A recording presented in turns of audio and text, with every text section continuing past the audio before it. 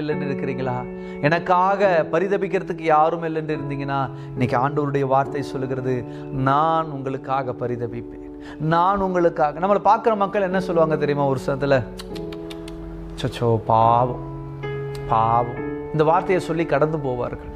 ஆனால் உதவிக்கு யாரும் வரமாட்டார். நீங்கள் எந்த சூழ்நிலையினாலே பரிதபிக்கப்பட்டிருக்கிறீர்களோ, ஆண்டவர் உங்களுக்காக அங்க இருக்கிற மக்கள் பசி, 3 நாட்கள் பிரசங்கத்தை கேட்டு பசியோடு இருக்கிறார்கள். அவங்களுடைய ஃபீலிங்ஸ் ஆண்டவர் உணர்ந்தார்.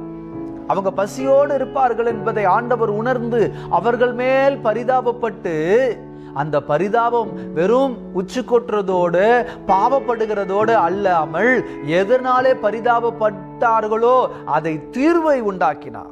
அதுல இருந்து ஒரு விடுதலை உண்டாக்கினார், அந்த பசியை போக்கினார். இன்றும் உங்களுக்காக பரிதாபப்படுகிற தேவன் மனிதர்களைப் போல பரிதாபப்படுகிறவர் அல்ல. உங்க வாழ்க்கையில ஆண்டவர் மறுபடியும் ஒரு அற்புதத்தை செய்ய அவர் வல்லமை உள்ளவராயிருக்கிறார். தைரியமா இருங்க, சோர்ந்து போகவே போகாதீங்க. எப்பொழுதும் கர்த்தரை பிடித்துக் கொள்ளுங்க. அவர் எனக்காக பரிதாபப்படுகிற தேவனாயிருக்கிறார். மனித